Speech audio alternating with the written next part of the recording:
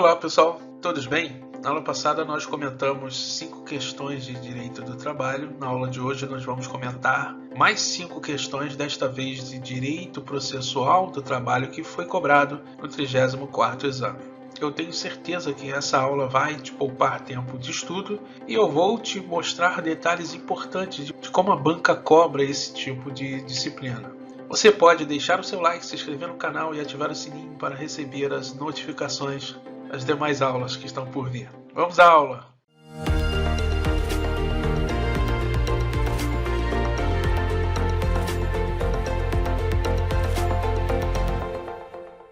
Vamos lá, pessoal.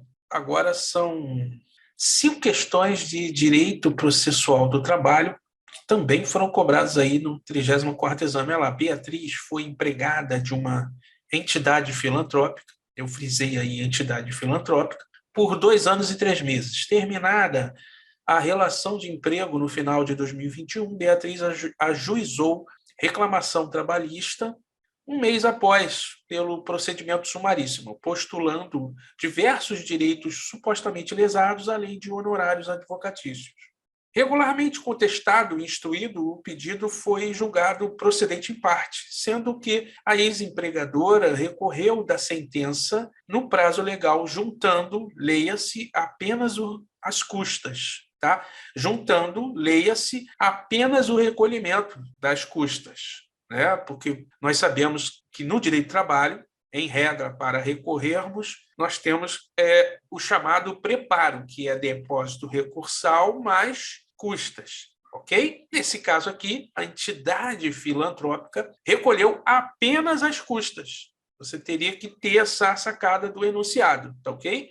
Sobre essa hipótese, de acordo com o que dispõe a CLT, assinale a afirmativa correta. E aí eu trouxe aqui um resuminho para vocês. O fundamento, artigo 899, parágrafo 10º da CLT, que diz o seguinte: são isentos do depósito recursal os beneficiários da justiça gratuita, as entidades filantrópicas, olha ela aqui, né, do nosso enunciado, e as empresas em recuperação judicial. Portanto, no enunciado, a entidade filantrópica que está sofrendo a reclamação trabalhista fez correto ao recolher somente as custas, ok? Porque ela é isenta do depósito recursal, mas não é isenta do recolhimento das custas, ok? Então, nós temos aí, pagamento de depósito recursal pela metade, 899, parágrafo 9º. Isso sempre cai na prova da ordem, né? Ou um caso ou outro. Então, eu coloquei todos aqui, pagamento de recurso, de depósito recursal pela metade, nós temos as entidades sem fins lucrativos, empregadores domésticos, microempreendedores individuais, microempresas e empresas de pequeno porte. E nesse caso, a CLT dá esse benefício do pagamento do depósito recursal pela metade, ok? Estão isentos do depósito recursal. Aí nós já estamos no parágrafo 10º do 899, entidades filantrópicas, empresas em recuperação judicial e massa falida. Esses estão isentos, ou seja, não recolhem nada de depósito recursal, não precisam, né? Isentos do pagamento de custas. Aqui estou falando já, custas possuem natureza tributária, né, de taxa. Então, olha só, os beneficiários da justiça gratuita, lá, União, Estados, Distrito Federal, municípios e respectivas autarquias e fundações públicas federais, estaduais e municipais. Ministério Público do Trabalho, massa falida, excetuando aqui a súmula 86 do TST, e empresas em liquidação extrajudicial. Essas devem recolher as custas, ok? Não estão isentas de custas. A massa falida está, tá? Feita essa ambientação, nós vamos para as assertivas. Olha só, letra A. O recurso terá o segmento negado de plano, não terá. Por quê? Porque a entidade filantrópica fez correta. Ela recolheu as custas e não recolheu, porque é isenta, o depósito recursal. Tá ok? Então, a letra A está incorreta. Letra B. O juiz deverá conceder prazo para que a recorrente sane o vício e efetue o recolhimento do depósito recursal. Não. Por quê? Porque, nesse caso, ela é isenta, a entidade filantrópica é isenta do pagamento do depósito recursal, tá? Letra C, o recurso terá seguimento normal e será apreciado desde que a recorrente recolha metade. Não é caso de recolhimento de metade, ela não precisa recolher nada. O enunciado diz exatamente o que a lei estabelece para uma entidade filantrópica em caso de recurso. Ou seja, ela deve recolher apenas as custas, ok? O gabarito, pessoal, só pode ser a letra dela. O recurso está com o preparo adequado. Ó, falei, ó, preparo. O que é preparo? Custas mais depósito recursal. Então, nesse caso, no qual a entidade filantrópica está isenta do depósito recursal, o preparo engloba apenas as custas. Então, olha lá, porque diante da natureza jurídica da ex-empregadora, uma entidade filantrópica, ela é isenta do depósito recursal. Perfeito, esse é o gabarito da questão, conforme o que nós verificamos aqui como fundamento legal, tá bom? Vamos para a próxima. Olha lá, pessoal, Ramon conseguiu, em uma reclamação trabalhista, a sentença de procedência parcial de seus pedidos, sendo condenado o ex-empregador a pagar vários direitos, mediante condenação subsidiária da União como tomadora de serviços. A sentença transitou em julgado nestes termos. Houve liquidação regular e foi homologado o valor da dívida em R$ 15 mil, conforme cálculos apresentados pelo exequente. Ramon tentou executar de várias formas, o ex-empregador, sem sucesso, e então requereu ao juiz o direcionamento da execução em face da União, que foi citada, mas discordou dos cálculos apresentados, reputando-os majorados. Diante da situação apresentada e dos termos da legislação em vigor, assinale a afirmativa correta. Então, nós temos aqui, Ramon conseguiu aí a procedência parcial de seus pedidos e, já em fase de execução, não conseguindo aí achar bens da primeira ré, pediu o direcionamento da execução junto à União, também aí condenada nessa reclamação trabalhista, tá? Então, a questão trata de diversos temas que nós vamos trabalhar aqui devagar. Olha só. Primeiro de tudo, ó, você deveria saber o princípio da indisponibilidade do bem público, tá, pessoal? Então, por quê? Porque isso vai ser falado aqui nas alternativas, tá? Olha lá, por força do artigo 769 da CLT, como não há disciplina sobre execução da fazenda pública na CLT, aplica-se subsidiariamente, nos casos omissos, o direito processual comum, ou seja, o CPC, tá? Exceto naquilo que for incompatível com as normas do direito do trabalho. Então, já sabe que, não havendo regulamentação específica na CLT, nós vamos até o CPC, tá? Olha lá, estamos diante de um cumprimento de sentença em face da Fazenda Pública, no caso aqui, a União. E notem que os artigos 534, 535 e 910, todos do CPC, não trazem o requisito da garantia da execução, dado o sistema de precatórios constitucionalmente instituído. Os bens públicos são inalienáveis e impenhoráveis, devendo ao fim do processo, caso condenado, ser expedido precatório ou RPS, conforme artigo 100 da Constituição, tá? Então, sabendo disso, né, você já teria uma direção aí do que o examinador queria medir o seu conhecimento. Olha lá, artigo 884, olha lá, garantida a execução ou penhorados os bens, terá o executado 5 dias para apresentar embargos, cabendo igual prazo ao exequente para a impugnação. Esse artigo 884, que é a regra geral, ou seja, você está sendo executado, você foi condenado numa sentença, e você é intimado a garantir a execução, apresentar bens à penhora, apresentar embargos no prazo de 5 dias, tá ok? Só que isso não se aplica à fazenda pública, porque, olha lá, 535 do CPC. A fazenda pública será intimada na pessoa de seu representante judicial por carga, remessa ou meio eletrônico para querendo, no prazo de 30 dias, aí, ó, 30 dias já não é mais 5 dias, porque a fazenda pública não é qualquer pessoa, né? E porque a CLT não trata de forma específica da execução contra a fazenda pública, tá? Então, ó, nós, em virtude do artigo 769, temos que ir até o CPC, artigo 535. Está lá, ó, querendo, no prazo de 30 dias e nos próprios autos, impugnar a execução, podendo arguir, inciso 4, de execução, que foi o que o procurador fez aqui, no nosso caso da Questão, tá? Não impugnada a execução ou rejeitadas as arguições da executada, expedir-se-á, no caso da Fazenda Pública, por intermédio do presidente do tribunal competente, precatório em favor do exequente, observado o disposto na Constituição Federal. Tá bom? Então, olha só, o artigo 535 regulamenta esse tema, inclusive no nosso caso aqui do direito do trabalho, tá?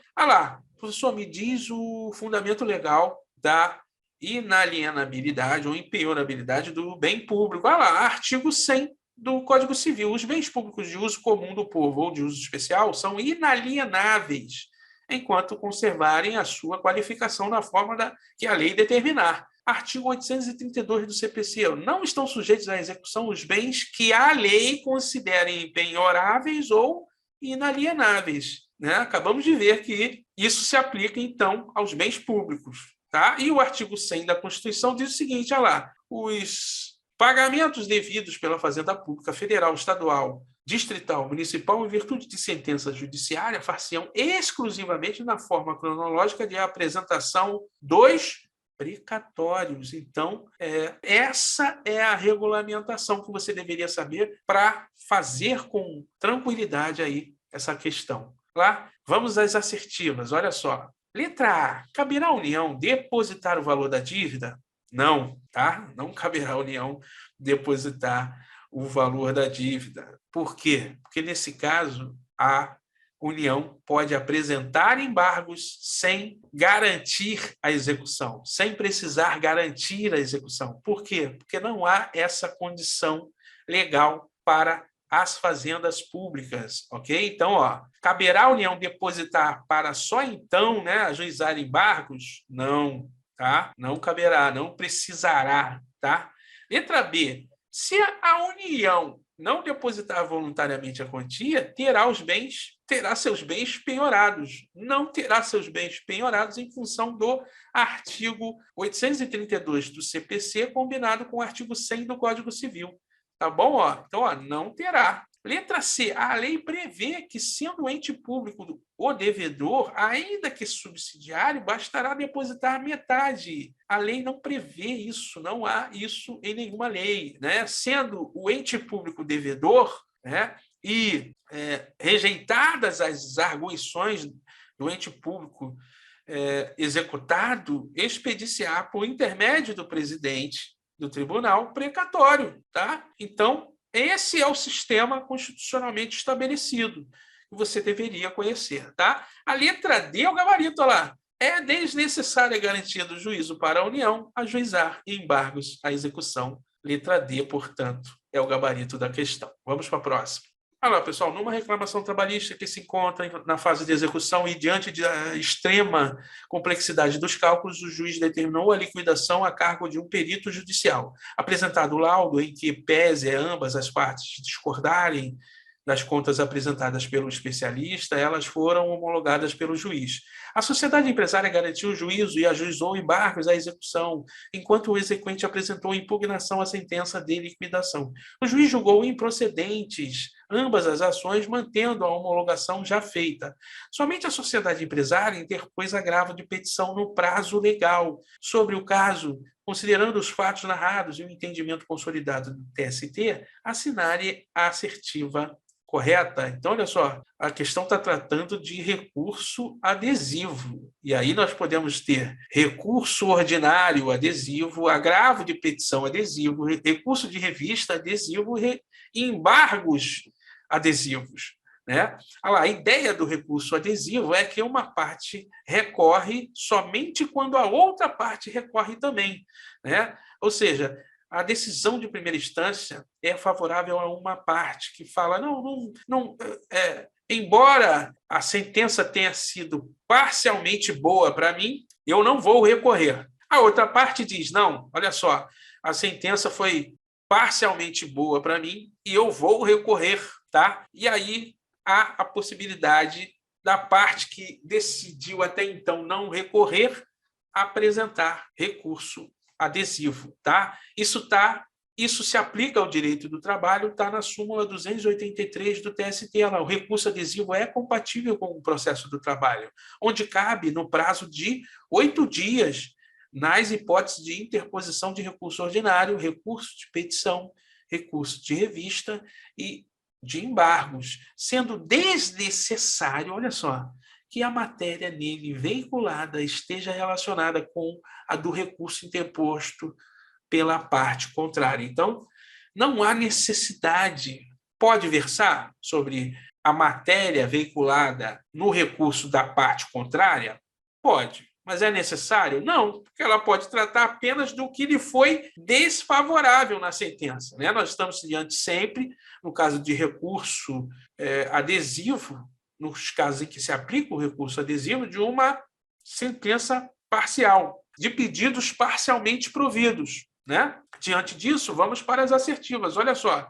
Letra A. No prazo de contrarrazões, o exequente poderá, querendo interpor agravo de petição de forma adesiva. Sim, né? Nós estamos falando aqui de agravo de petição, né? Uma das partes interpôs, a outra não. No prazo das contrarrazões, o exequente poderá, sim, fazer uso, de acordo com a súmula 283 do TST, do agravo de petição adesivo, tá bom? Então, esse é o gabarito da questão, ok? Letra B. O recurso adesivo não é aceito na Justiça do Trabalho. Já vimos que é, o não deixou assertiva incorreta. Letra C. Caberá ao exequente apenas apresentar contrarrazões. Olha só, ele pode apresentar contrarrazões? Sim. Mas nas contrarrazões ele vai poder só falar sobre a matéria vinculada no recurso interposto pela parte contrária, tá? No recurso adesivo, não. No recurso adesivo, ele não necessariamente terá que falar apenas sobre a matéria veiculada no recurso interposto pela parte contrária.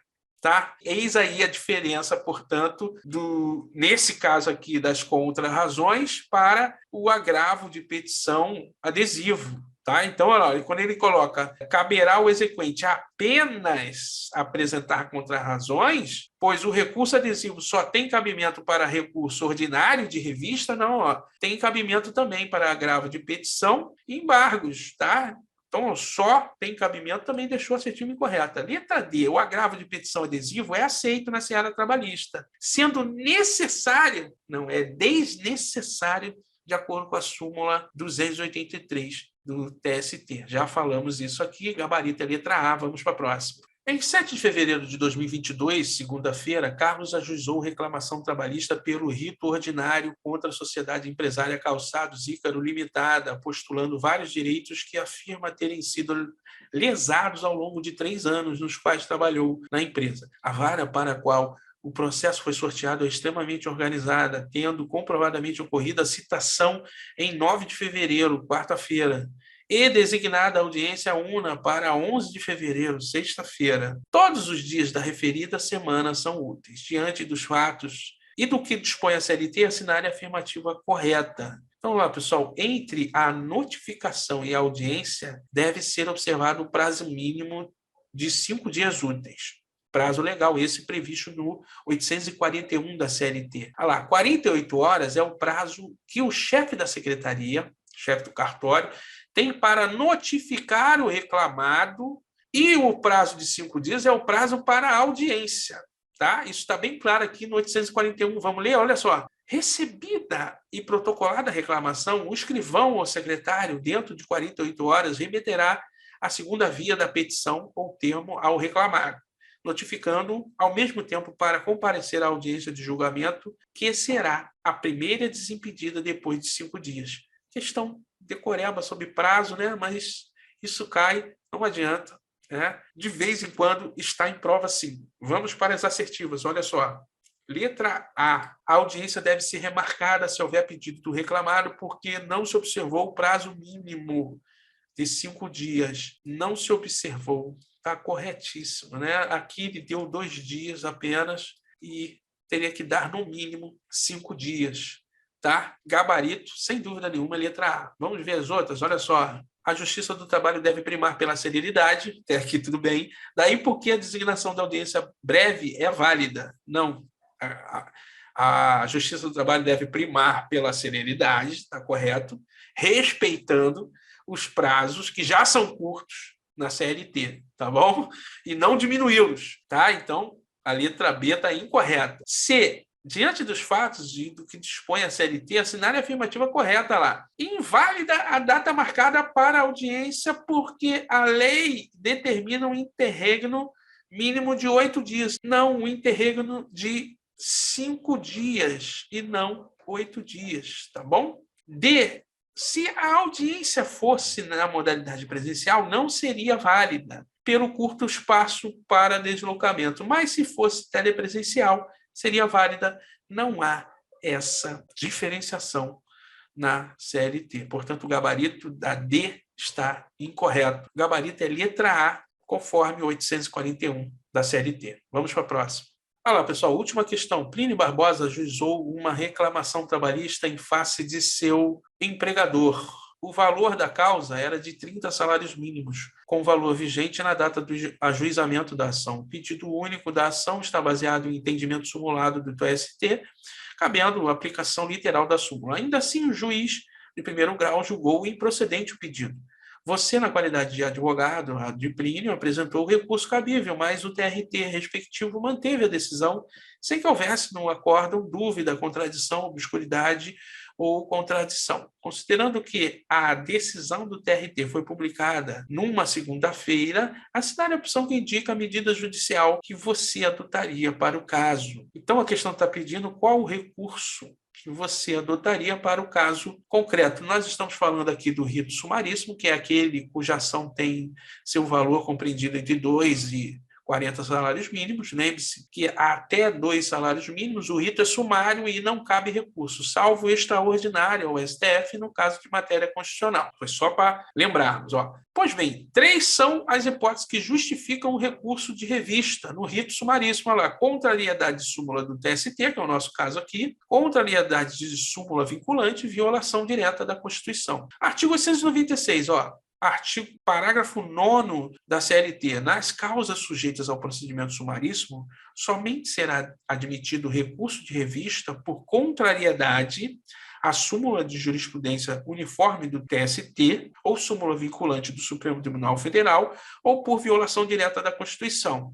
Esse é o embasamento legal da resposta da questão, que é a letra D. Você teria que interpor recurso de revista, tá? Professor, por que não seria agravo de instrumento? Porque o agravo de instrumento no direito do trabalho ele cabe em um único caso. Olha lá, o agravo de instrumento é devido ou é apresentado como medida judicial cabível quando interposto o recurso ordinário, o juízo analisa os pressupostos de admissibilidade para que só então o envie para o TRT. Mas acaba por não recebendo, ou seja, considera que não estão presentes tais requisitos.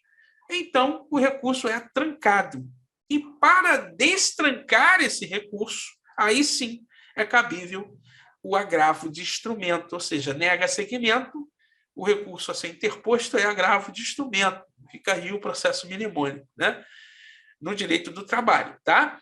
Letra C não seria agravo de petição, porque não estamos falando de uma execução, tá? O agravo de petição, ele é cabível, sim, quando já estamos na fase de execução do processo, tá ok? E a letra A, ela é absurda, que fala que não cabe mais recurso em razão do tipo de procedimento da ação. Nós vimos que o 896, parágrafo 9º, nos dá, sim, a possibilidade de interposição de recurso de revista, tá? Portanto, o gabarito é letra D. Com isso, nós corrigimos aí 5 questões de direito processual do trabalho que foram aplicadas no 34º exame. Espero que facilite os seus estudos. Forte abraço.